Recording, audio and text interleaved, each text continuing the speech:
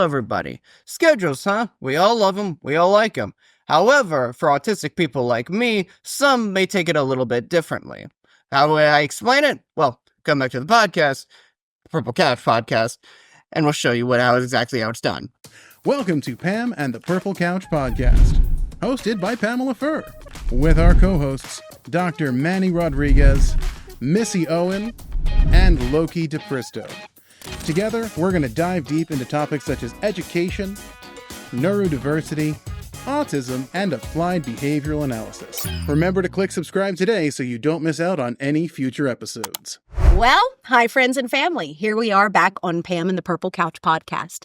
Today, we're going to talk about schedules. Now, the reason we're bringing this up is because, well, the podcast happened and we changed some schedules because we're having guests come on, and we have a show that we've got a guest coming on, so Loki wasn't needed. Well, when this changed his schedule, we noticed that, wow, the way that his mind looks at a schedule change and the way my mind looks at a schedule change are night and day. And when we were sitting at home discussing the schedule change, and Loki was able to express himself so eloquently. Thank you. I was really proud of you. Okay, Just like you doing that intro totally made mom. Listen. I A little. Yeah, it was the only time where like mom allowed me to do it, and I was like, okay, I'm gonna shoot my shot here. It's a little bit harder than you thought. Huh? Yeah. We had to do like 4 takes of it, but we got it done, and now we're here. So, anyways, I think the audience is going to ask for more. Yes, they are. I'm telling you, that's why I'm a proud mom. I'm sitting back, a little guy that didn't talk, and now he's doing the intros and he's on a podcast. That is wild to think about. Right. So while he was filming, when you looked at me and I was getting all gazy, and I was like, oh, this mom moment. And it's because there was no language there so many years ago. Mm-hmm. And I thought about all of our parents that are listening to the show, that are there with their nonverbal child, thinking what's coming next. Mm-hmm. Mm-hmm. Because you don't have the magic 8 ball that you can shake and be like, okay, tell me the future. And you can't get into a time machine or a TARDIS and go into the future and be like, okay, so what's he going to do? What's she going to do? Well, parents, I hope you can see this amazing man sitting beside me who didn't talk until he was almost 6. And now look at him. So I hope this gives you faith and encouragement to stand the storm and ride it out. So, schedules, as we speak about that. So, can I? Well, real quick, I want to talk. You eloquently expressed yourself from your viewpoint. And when he did, all I could think about was our kids, our early intervention kids that don't have expressive language but get so frustrated. And then for some of our kids that are in our elementary school that do have expressive language, they can express themselves. But to hear Loki's understanding and how the complexity of the schedule change affected him, I realized there's so many things we are taking for granted, even as educators that are working in neurodivergent fields. We just don't look at it through that spectrum. Oh, yeah. It made me rethink a lot of my kids, we have programs accepting change in routine. Some are expected changes and some are going to be those unexpected changes. But just hearing Loki's point of view as to why it's such an issue. Never. I'm going to okay. Well, we all talk. Okay. Well, so what's the issue? I was going to say you two keep talking about it like it's an amazing gospel, and yet we haven't even gotten to it, and we're like what, like already like 2 minutes in. All right, well, that good? But it is. Listen. What I wanted to say, it's nothing special. Thinking about it now, it feels a little foolish, but it's the sense that being in a schedule for, like, say, for an example, like a work week is, like, very, like, I wouldn't say comforting. There's a difference between comforting and, like, knowing it like it's second nature. Yeah. But then people could consider that comforting. But what I wanted to get to was that where this sparked from was that Mom essentially said, hey, we're going to have guests, so you can just simply come in just for like a quick moment and then go back to wherever you are and go back to like work and, have that moment. And I was like, well, what would I do at work? What would I achieve back at work? Because I already said, hey, tomorrow's going to be my podcast day. I'm not probably going to be here, so people should probably cover for me. Right. So when I do come back to work, I inevitably am just going to sit there and do nothing, which is the worst feeling I personally have, because of the fact, which this is the part where I spout some hermit stuff, what people think, and I just say hermit stuff. well, hey, I haven't finished. I didn't even. We're letting you roll, man. I fear about doing nothing because there always is something. Mm-hmm. There's always something that you can do to improve upon and try to like achieve or like give more progress to your community or like contribute more to your work, but not figuring it out in the first place. That's the scary part for me. Feel like you're missing out on something. Yes. So it's filling the void of a schedule change. Yes. So there's a schedule change and it's like, what do I do with that void? What do I do with that? Yeah, like what do I do with that black square that's like very ominously like approaching me? Gotcha. Like I don't know what to do, and I didn't even have time to prepare for that. So I'm just sort of, when that time arrives, I'm just sort of like sitting here trying to like have a mini like brainstorm, essentially. Like anxiety too is kicking Yes. in. Wow. Or maybe not. Okay. Anxiety, I feel like, is a very, very, very harsh term to put it. Oh. Some may feel anxiety, probably, if some people have the same. Well, there's different levels of anxiety. So just let's look at the podcast. Okay. When you did the intro for this episode's podcast, some people would have a little bit of anxiety because it was something new that they have never done. Yes. Okay. So that is one form of anxiety. At the same time, when you went into almost fixating on an open spot in your schedule. Well, okay. Well, what am I going to do from 10 to 12? Well, from 10 to 12, I'm supposed to be doing this, and now I have nothing to do.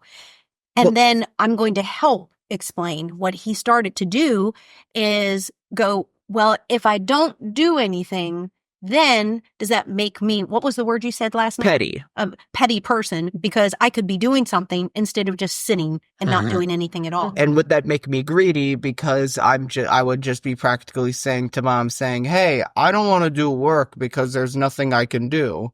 And then that even makes it feel more like I'm being, like you said, copping out. Yeah, copping out. Yes. And I think I figured out what to say.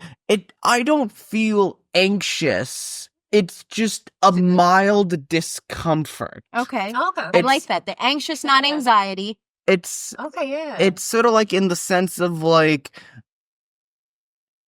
I'm trying to think, nervousness in the sense of that there's like somebody always watching you. I never get the feeling that somebody's watching me. Okay. But it's more so by the sense of that if there is something that you know you could do, but you don't actually remember it in that time, say like if you forget about, like, okay, here's a great example.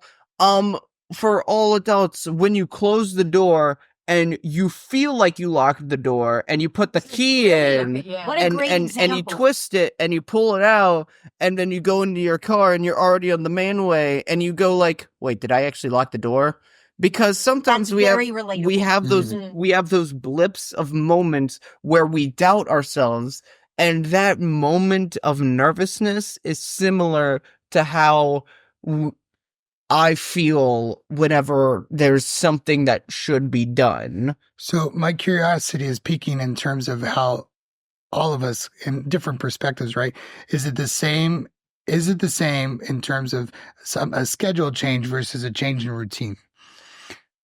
Okay. So for example, like we're talking about scheduling in our podcast, right? And that was a big schedule change. You had that pre-planned, et cetera, but it's not necessarily a routine, right? We don't do the podcast every day.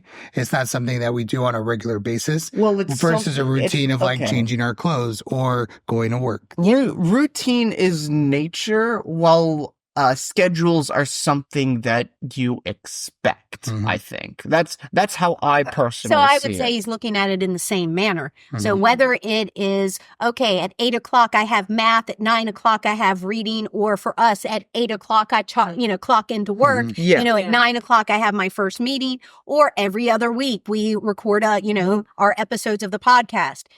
I think what I'm hearing from it doesn't matter. It is the structured routine of knowing it's on the schedule. This is what the expectation is. I have the perfect example. Here, I said it during like the pre phase of all this podcasting, but I said it. There's A, B, C, D, and then I get to go home. If B gets taken out of the equation, I can just simply blend A and C together to make sure that it goes along at least a little bit smoothly. If D gets taken away, then that means like, okay, I still have a sequence to follow at least. However, if C and D and a little bit of B get cut, then I feel guilty because I feel like during all that time I could have been doing something more grand. Okay. And that makes me more upset because of the fact that I'm driving home and I feel like there's like something gnawing at me. Even though mom said, oh yeah, no, you already got A and B done, you get to go home now. Even though I knew I still have to do C and D, I don't get to do it. Because I think there's something to this, right? So like if we think about in ABA, we talk about patterns of behavior, right? A sequence of behavior. And some kids, even adults, they struggle with a break in sequence. Yes. Right? So there's a term in behavior analysis called chaining. We use chaining to teach new skills. But chaining, if there's a break in the chain, a lot of people struggle with that. But differently, when we talk about a schedule, so this is not just a sequence of one behavior. This is a predictive, like a planned out, thought out thing. Yes. So how many of us as adults, right, we get really pissed off if we have a scheduled appointment with a doctor and it gets rescheduled or canceled. Or a student in high school or college, they have a scheduled exam that gets bumped up, moved, or switched, or whatever. Or even like with routines, I know myself, for example, wake up in the morning, go into the bathroom, do what you gotta do. But when my daughter gets up unexpectedly, and that's how I get up, and I change. This sounds gross, but I've gone all day before without brushing my teeth. Oh no, I didn't go into the bathroom. Into the routine, right? It's interrupting the routine. Where other routines, I actually find if I have a break in my routine, I am so happy because, for example, so my morning routine, Monday through Friday, even on the weekends, is I wake up with the twins, right? It's a routine. It's my thing. But if somebody were to say, hey, do you want to sleep in? Sign me up, right? Because I would, even just that one sleep in day, I'll take it. But that's a good change, right? I'll appreciate that change of routine. Vacation from work, right? We work all day, do the same thing, and then to get that break, take that vacation. Yeah, now you exactly. See, yesterday when this happened for us, this is where I thought about it. We take that for granted because we're like, oh, well, you get the day off, you get the afternoon off, and we would automatically think, oh, yes, I can get this done and I can get this done, and we're already filling up those things. We're thinking of all the voids that we can fill. But we never take the time to step back and go, okay, well, not to everyone, because what are we doing at this point? We broke the chain. Broke the chain, yeah. I talk about autism and the way that we're retraining the brain patterns, and it's funny to hear Loki. Again, I'm having a proud mom moment because I always talk about how the brain function goes. If we're just learning in sequence, we would learn from A to B. A lot of times our neurodivergent learners don't learn A to B. They learn A to D to C to B. So hearing this now as an adult neurodivergent person and say, hey, no, I can see A and B. And if there's a break in the chain, I can go A, B to D. I'm ready for that. But if I'm going A, B, and then C and D are gone and there's nothing else to follow, now I feel lost. Yeah. And I do want to say there's some clarification to this. So what Manny has said about a sleep-in day, that is, so you still go to work on sleep-in days, right?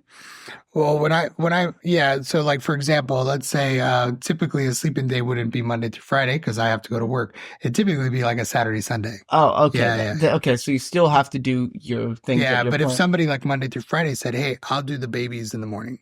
Okay. Right? Then it gives me a little bit more freedom to do whatever I want. Yeah, okay. That's B, C, D, E, F, G, H, I, J, K, L, M, N, O, P. Yeah. Yeah.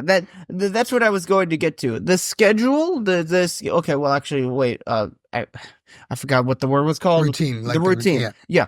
You could change how a routine goes, okay? You could change how a routine goes, and with with a routine, you could change how it goes, but with the schedule, you could also still like move the sequence further and backwards. Like you could change where you want to put the schedule, but changing the schedule itself is a changing of things that you expect to happen. Gotcha. Like change of the order. Yeah, if I do blank, I expect blank to happen, and then once I complete blank, I can move on to blank. And I think that's important for the families to hear. Like when we're talking about human behavior and we're talking about analyzing like challenging situations, really understanding what is it? Is it a break in routine? That's the challenge. Is it a break in schedule?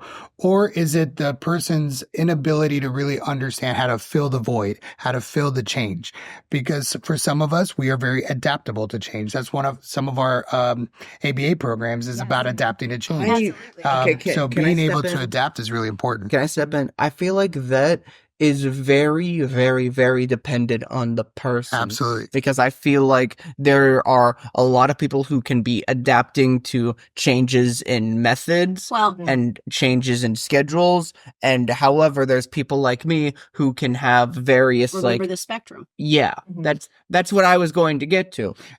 And actually we can even bring this into the context of business. So in business, we talk about change management. And so in change management, one of the things you have to know right off the bat is what is the change? Why are we doing it?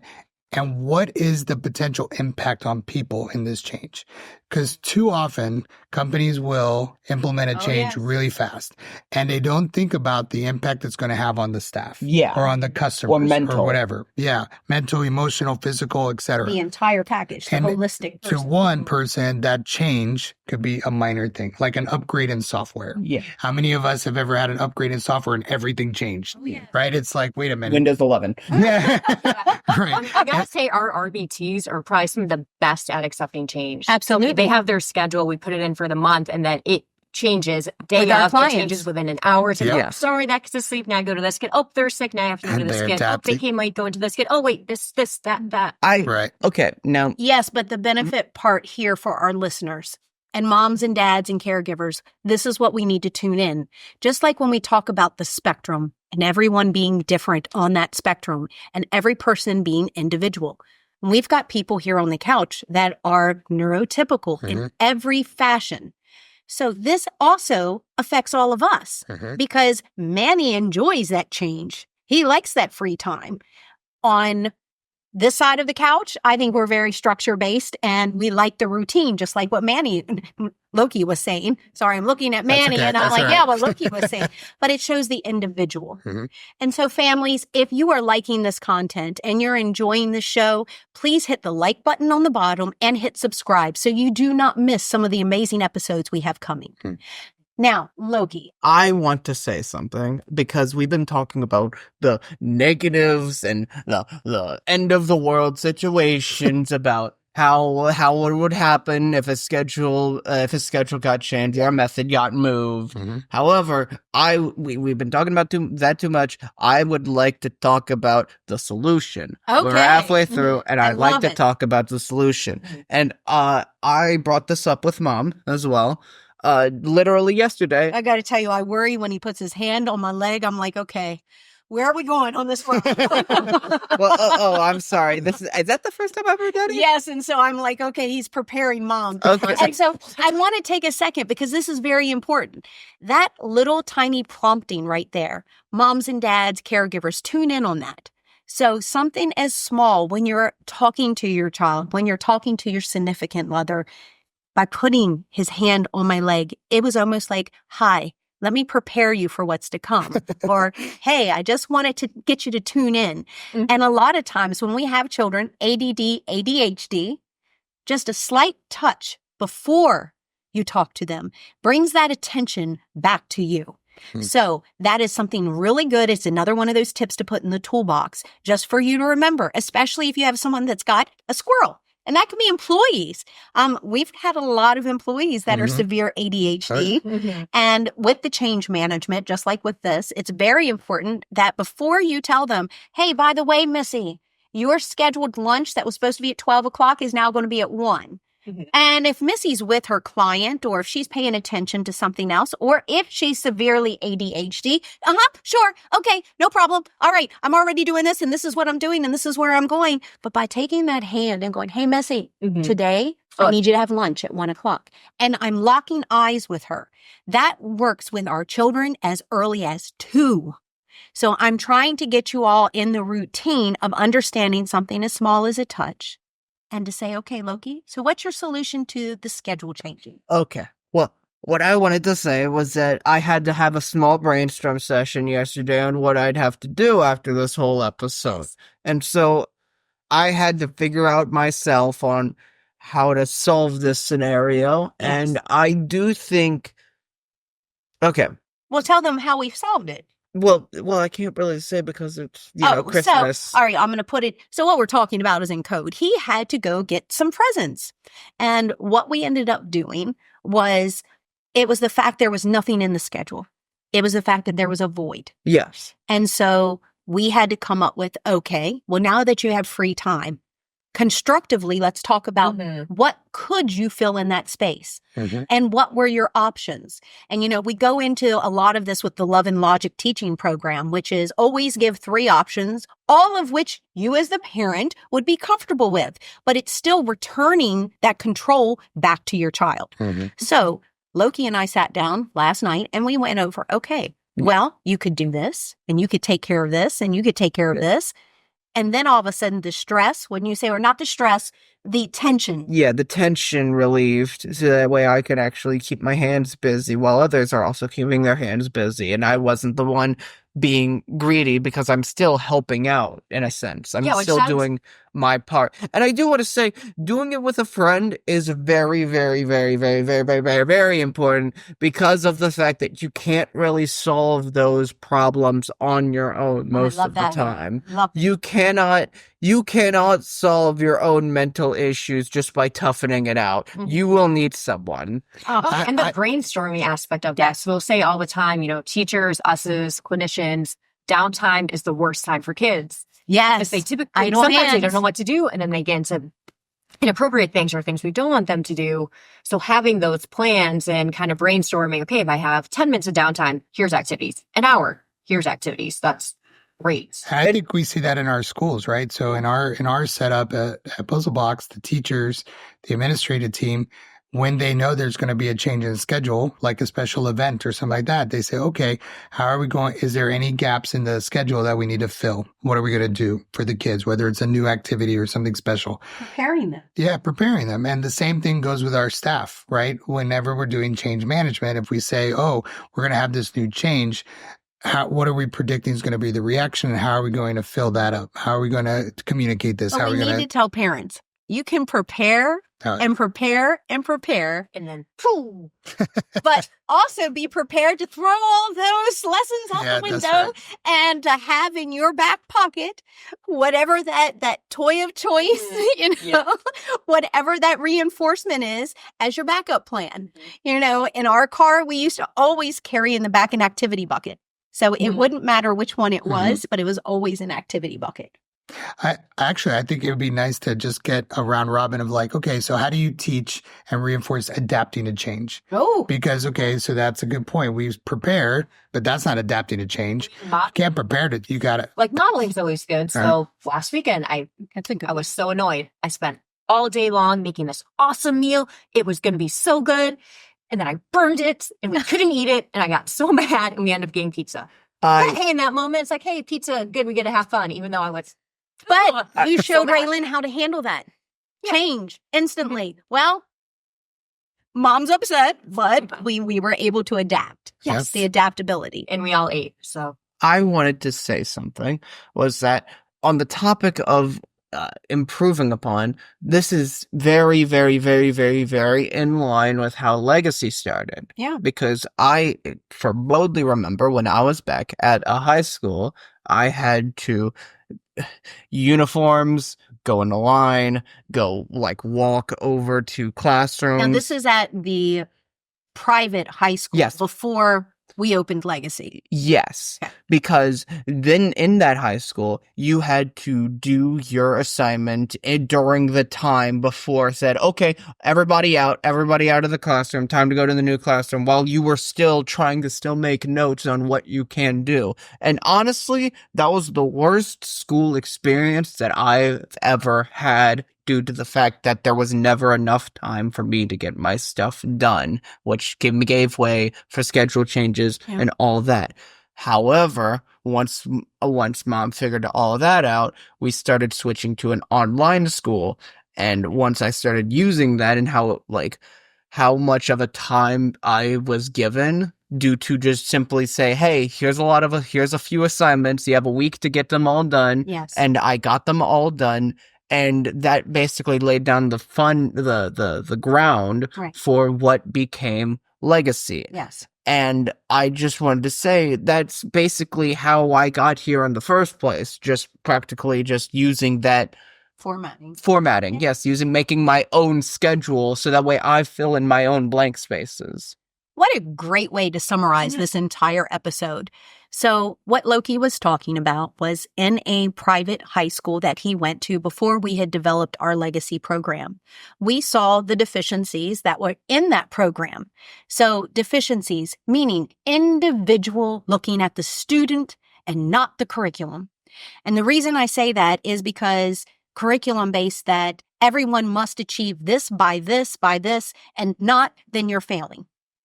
And that's a one-size-fits-all product. Our children do not one-size-fit-all. And that's the problem with most schools nowadays. Absolutely. It's always one-size-fit-all. And I feel like that's honestly a great way to end it off. Because 100%. You can just simply say, hey, not every size is going to fit. You're going to have to make your own shoe one day. Oh, I love that. I love that. You're going to have to make your own shoe one day. I hope everybody has been enjoying this episode. And if you did, please make sure to like, comment.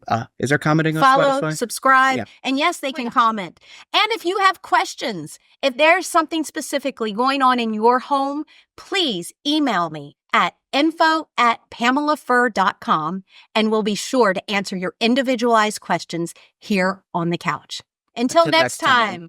Bye, guys.